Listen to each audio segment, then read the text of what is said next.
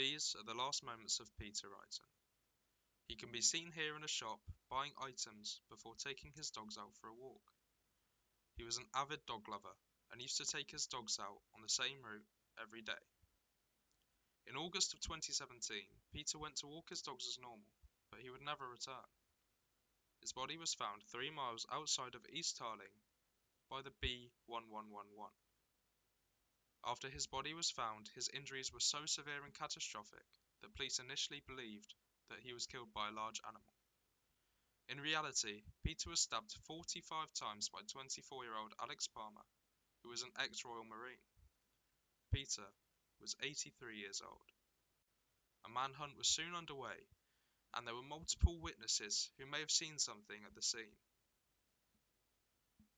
DNA testing was eventually carried out by forensics, and they found the DNA of Alex Palmer on Peter's body. He was subsequently brought in for questioning, and we will now see, from what I can gather, was the only released interrogation footage of Alex Palmer's interview with the... Is there a different Alex? Times, yes. Okay, who's he? He used to manifest himself as a physical hallucination, but now he's just a voice. The detective is attempting to establish a motive, while also attempting to understand more about the mental state of Alex. They have some understanding of Alex's mental health issues, and they want him to elaborate further, as it will help the investigators to draw conclusions later. It is also worth noting that there is one stranger homicide per 14.3 million people every year. Psychosis very rarely leads to calculated and cold-blooded murder, which is what this is. Is he still with us? Yes. Is he here today? Yes. Where is he now? What is it? He's there, is he? What, behind you, or...? It's... Yeah, like it's coming from behind me, but also in my head. The investigator asks quick and short questions in an attempt to put Alex under pressure. The nod of the head by Alex could give the implication that he is unsure where the voices are coming from, as well as the fact that he agrees with the detective's guess of where his voices come from. It does not necessarily mean he is making this up, but could give the implication that he is. So was Alex there that day? The other Alex? He's always there, so He's yes. always there, so he would have been with you, okay? Was he? Do you remember him talking to you on that day? No. You don't? No. But you say he talks to you every day? Yes. He's there laughing at you? Laughing. But you say he doesn't tell you what to do? No. He doesn't force you to do things or anything like that? No. Okay. The investigator does well to get the clarification that the voice in Alex's head does not force him to do things. This would have most likely been a strong defence for Alex, as there could be the argument to plead not guilty by reason of insanity. By him saying that the voice does not force him to do things helps to eliminate this defence. He has now backed himself into a corner. Tell me about your registration plate, because that's unusual. What's the story behind that? The investigator now completely shifts the focus of the interrogation to Alex's personal number plate.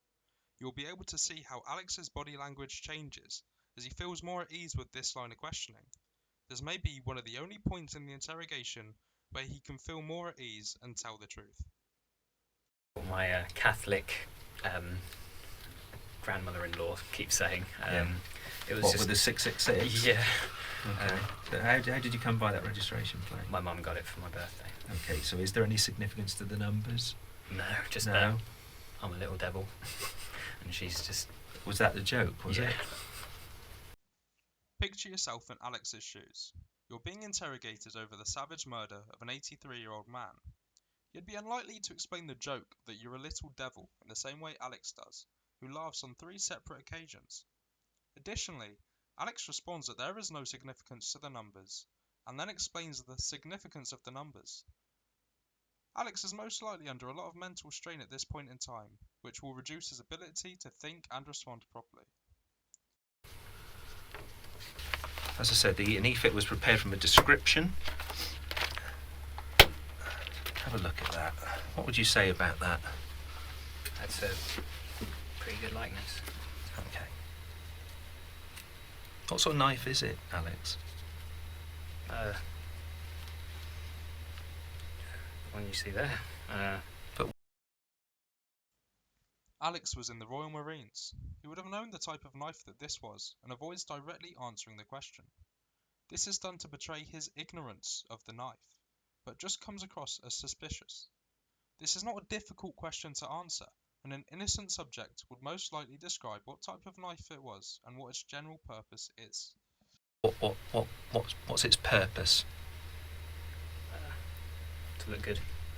Can you explain to me why your DNA is on that man? I'm afraid I can't without knowing. You don't need to know. It's irrelevant where it is. You say you haven't met him. Why is your DNA on him? For instance, I could have lost a hair follicle and it caught on his shoe. That's just me speculating, but without knowing, I couldn't venture a guess. Okay. Or explain. The investigator has now confronted Alex with evidence. It is noticeable that Alex does not seem bothered by this evidence coming to light and does nothing to refute it. He almost just accepts the evidence and puts forward suggestions that are inane. An innocent subject would most likely be shocked and directly challenge the evidence, but Alex just gives up and accepts it. This could be a sign of remorse or guilt. How had you seen that image? On the news. On the news? What, on television news? No, on my phone. On your phone? So going through, okay. Had you taken an interest in it? I had, because it said East Harling, and I knew East Harling. Yeah. Did it say the date? I think so. Guessing it would have, yeah. Yeah, okay. Did you not think at any point, I would have been there on that date?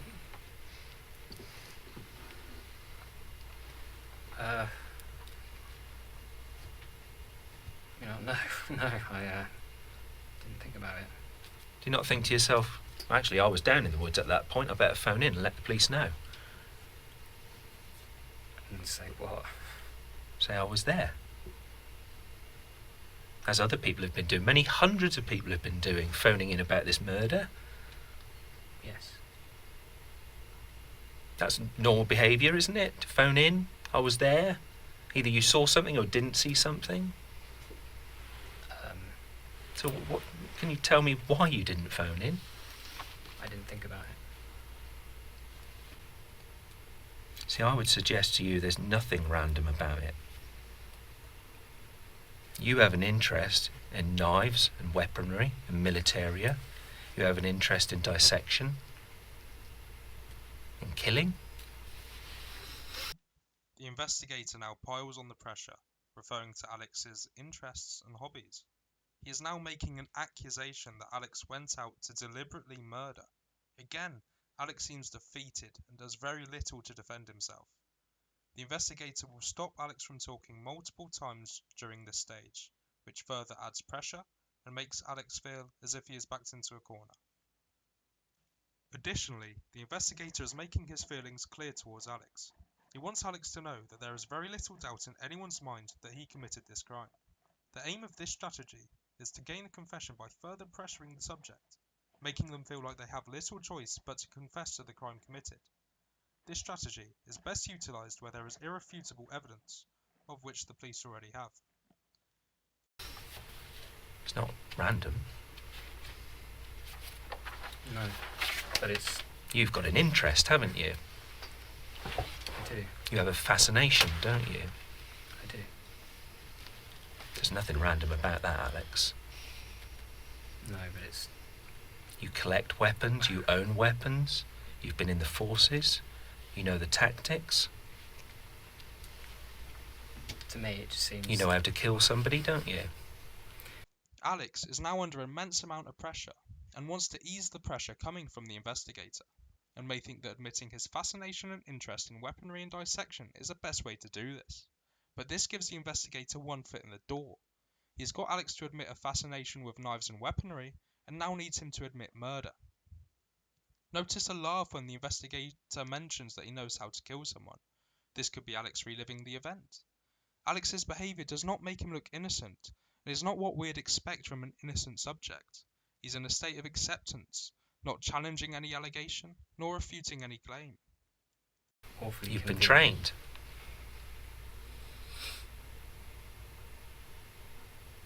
See it from my point of view, where I'm sitting. How does this look? It looks suspicious. Oh, it's more than suspicious, Alex. I'll ask you again. Were you involved in the murder of Peter Wrighton? No comment.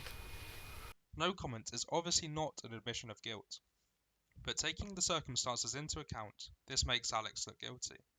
Although no comment should be used if there's no recollection of the event, under Section 37, which means a failure to account for their presence at a place at or about the time of the commission of the offence, could result in a longer prison sentence if found guilty.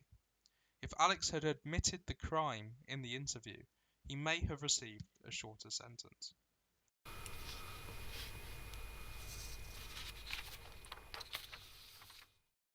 It should be noted that Alex was suffering with several mental health problems.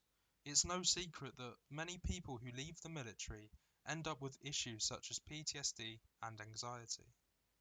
I believe that Peter and Alex were both failed by the system. It was also revealed that Alex's parents went to the doctors to warn them that Alex was collecting knives and not taking his mental health medication, yet there was no follow-up from any medical professional. If there was a follow-up, a man's life might have been saved, and another man might be on the road to recovery, instead of spending 28 years in a maximum security prison. Thank you very much for watching. I'll take all your feedback in the comments. It's my first ever video or anything like this, so let me know what you think, and thank you very much.